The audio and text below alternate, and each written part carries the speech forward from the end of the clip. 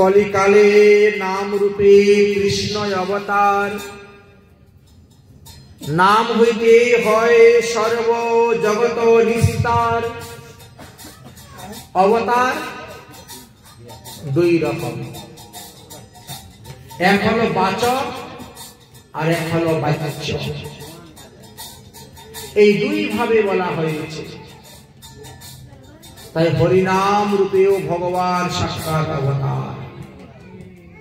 ভগবানের নাম, ভগবানের বিগ্রহ আর স্বয়ং ভগবান, তিনের মধ্যে সমান শক্তি, তিনেতে সমান শক্তি, তিনে ভেদ নাই, তিন চিতানন্দ স্বরূপ। তাই সর্বদা নাম নেওয়ার কথা বলছে। এই নামের দ্বারাই আপনার প্রেমের উদয় হবে, নামের দ্বারাই আপনি ভগবানকে পাইবেন। তাই সর্বদা নাম লো, খাইতে শুইতে যথা তথা নাম লয়, দেশ কাল পাত্র নেহি সর্বসিদ্ধি হয়। সর্বকালে সর্ব অবস্থায় আপনি হরিনাম সংকীর্তন করে যান, এই নাম অহরহ উচ্চারণ করে যান, ছাড়বেন না। এই নাম রূপে কলিযুগে কৃষ্ণ আমাদের নিকটে অবতার হয়ে আছে। অনেকে বলবে যে নাম তো আমি নেই, কিন্তু আমার তো প্রেমের উদয় হয় না। কিভাবে নাম নিলে পরে আমার প্রেমের উদয় হইবে, তাও শাস্ত্রে বর্ণন করে দিয়েছে। তৃণ হইতে নিচ হইয়া সদা লইবে নাম। তৃণ মানে ঘাস। আচ্ছা, ঘাসের উপরে যদি কি পা দিয়ে চলে যায়, ঘাস মাথা মতো করে দেয়। আপনি চলে গেলেন, না সে আবার মাথা উঁচু করে দাঁড়িয়ে যায়। তৃণ হইতে নিচু হইয়া সদা লইবে নাম, আপনি নিরভিমানী হইয়া অন্যে দিবে মান। নিজেকে নিরভিমানী হইতে হবে। অর্থাৎ কেউ তোমাকে দণ্ডবোধ করলো না করলো, প্রণাম করলো না করলো, তাতে তোমার কিছু যায় আসে না। কিন্তু তুমি অন্যকে প্রণাম করবে, অন্যকে সম্মান দিবে। আপনি নিরভিমানী হইয়া অন্য দিবে মান। তরুতম সম সহিষ্ণু হইবে বৈষ্ণব। তরু মানে বৃক্ষ, বৃক্ষের মতো সহিষ্ণুতা থাকতে হবে। আচ্ছা, বৃক্ষে দেখেন তো, যদি বৃষ্টি না হয় শুকাইয়া মরে যায়, তবু কারু কাছে জল চায় না, তাই না? আমাকে এক গ্লাস জল দেওয়া চায়, সহ্য করে। দাবানল বনে আগুন লাগলেও সে দৌড়ে পালাতে পারে না, দেখে দেখে জলে পড়ে মরে। ঠিক তেমনি ভাবে এই সংসার সমুদ্রের মধ্যে কত অনুকূল প্রতিকূল ঢেউ আমাদের মধ্যে আসে। বলে সব অবস্থায় হরিনাম করে যাও। তরুসম সহিষ্ণু বৈষ্ণব হইবে, বৎসন তারণেও তাকে কিছু না বলিবে। কেউ যদি তোমাকে গালি দেয়, তাও তুমি তাকে গালি দিও না। কেউ যদি তোমাকে মারে, তুমি তাকে মারতে যেও না, তার বিচার ভগবান করবে। প্রতিটা মানুষের কখন কি কি কর্ম করতেছে, তার সাক্ষী রূপে আমাদের 14 জন লোক বসে আছে। প্রত্যেকটা মানুষ 24 ঘন্টার মধ্যে পাহারা দিচ্ছে আমাদেরকে 14 জন লোকে। এই 14 জনের হাত থেকে রেহাই পাবেন না। তারা গিয়ে বিচার দিবে, তারাই গিয়ে সাক্ষী দিবে। ওই সময়ে, ওই দিন, এতটার সময় ওই ব্যক্তি ওই কাজ করেছিল, আমি দেখেছি, সাক্ষী দিবে।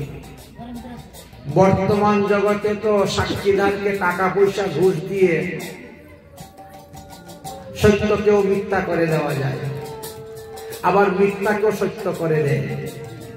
কিন্তু ওখানে ওই সমস্ত চলবে না। ওখানে কোনো ঘুষের কাজ নাই। তাই বলছেন তরুসম সহিষ্ণু বৈষ্ণব করিবে, বৎসনা কারণে কাউকে কিছু নাহি বলিবে। কাটিলেও তরু যেন কিছু না বলয়, শুকাইয়া মরে তবু জল না মাঙ্গয়। এই মতো বৈষ্ণব হইবে নিরভিমান, এই মতো বৈষ্ণব করবে কিছু না মাগিবে। অযাচিত বৃত্তি কিংবা যাচিত হইবে, অযাচিত ভাবে কেউ কিছু দিলে সেটাই গ্রহণ করবেন। সাকন্য ফলমূল খেয়ে জীবন ধারণ করবে। সদা নাম লবে যথা লাভে সন্তুষ্ট, যখন যাহা পাওয়া যায় তাতেই সন্তুষ্ট। এই মতো আচার করে ভক্তি ধর্ম তত্ত্ব, তবেই তো কল্যাণ হবে। প্রভুর শ্রী মুখে শিক্ষা শুনিয়া বিজবর, পুনর পুনর প্রণাম করিলেন বহুতর। এই তো মহাপ্রভুর শিক্ষা। অতএব আমরা যদি মহাপ্রভুর শিক্ষায় শিক্ষিত হয়ে এইভাবে হরিনাম প্রেম প্রচার করতে পারি, তবেই তো আমাদের মঙ্গল, আমাদের কল্যাণ। মহাপ্রভু বঙ্গদেশ থেকে ফিরে আসলে নবদ্বীপে এসে শুনলেন লক্ষ্মীপ্রিয়া মারা গিয়েছে। পুনরায় সীমায় আবার বিষ্ণুপ্রিয়ার সঙ্গে বিবাহ দিলেন। মহাপ্রভু তিনার পিতার শ্রাদ্ধ করার জন্য গয়াতে গেলেন, আর সেখানে গিয়ে ঈশ্বর পুরীপাদের নিকট থেকে দীক্ষা গ্রহণ করে আসলেন। বৈষ্ণব ধর্মে দীক্ষিত হয়ে এবার তিনি নবদ্বীপে এসে হরিনাম প্রেম প্রচার করতে আরম্ভ করলেন। একদিন মহাপ্রভু নিত্যানন্দ আর হরিদাসের হাত ধরে বলছেন, শুনো শুনো নিত্যানন্দ, শুনো হরিদাস, সর্বত্র আমার আজ্ঞা করহ প্রকাশ। কি আজ্ঞা প্রভু? বললেন, প্রতি ঘরে ঘরে প্রতি নগরে নগরে গিয়ে এই হরিনাম প্রচার করো, এই হরিনাম প্রচার করো। তাই হরিনাম প্রচার, হরিনাম প্রচার করো। প্রতি নগরে নগরে প্রতি ঘরে ঘরে গিয়ে প্রত্যেক লোককে শুনো শুনো নিত্যানন্দ, শুনো হরিদাস, সর্বত্র আমার আজ্ঞা করহ প্রকাশ। প্রতি ঘরে ঘরে গিয়ে করো এই ভিক্ষা। কি ভিক্ষা? কৃষ্ণ ভজ, কৃষ্ণ বল, কর কৃষ্ণ শিক্ষা। এই যে আমরা নগর সংকীর্তনে বেড়াই, এই নগর সংকীর্তনটা হলো হরিনাম প্রচার।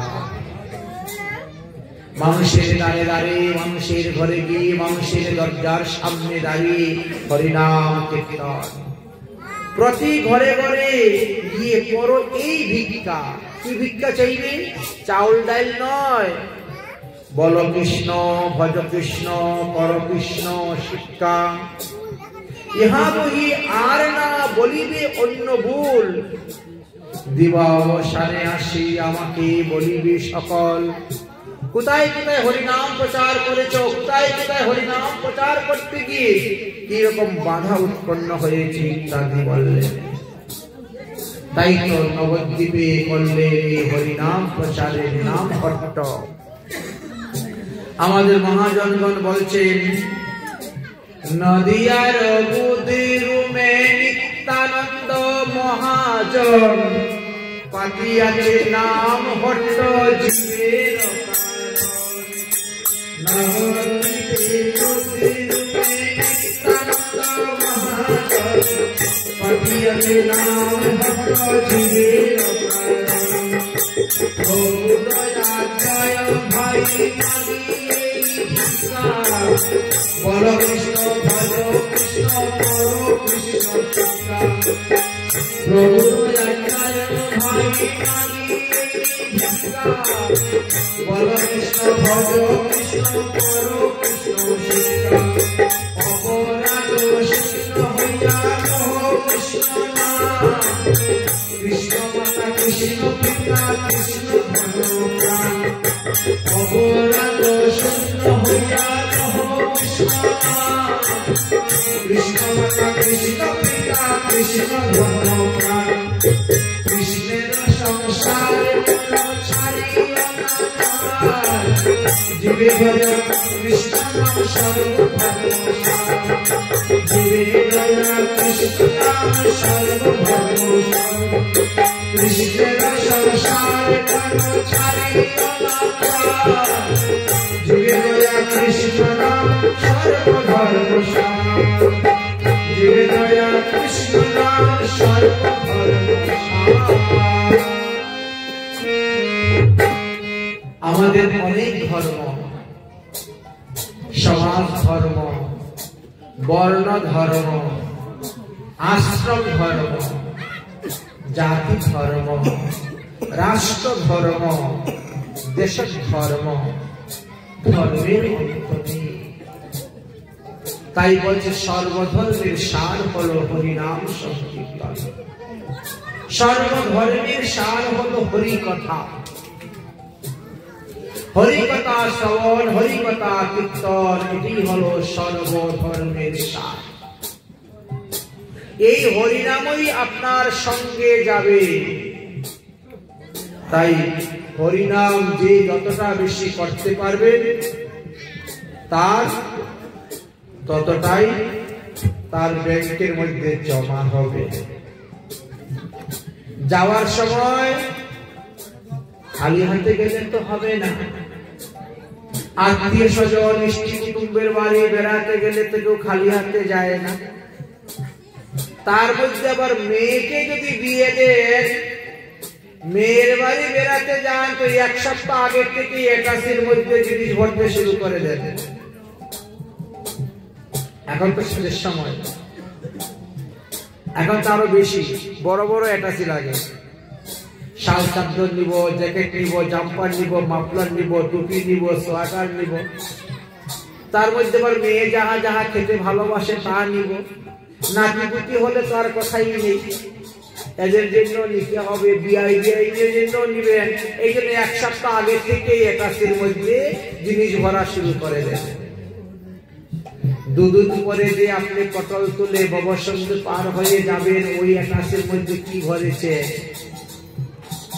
ওই একাশি ফাঁকা নিয়ে গেলে তো হবে না, ওর মধ্যে তো কিছু ভরতে হবে।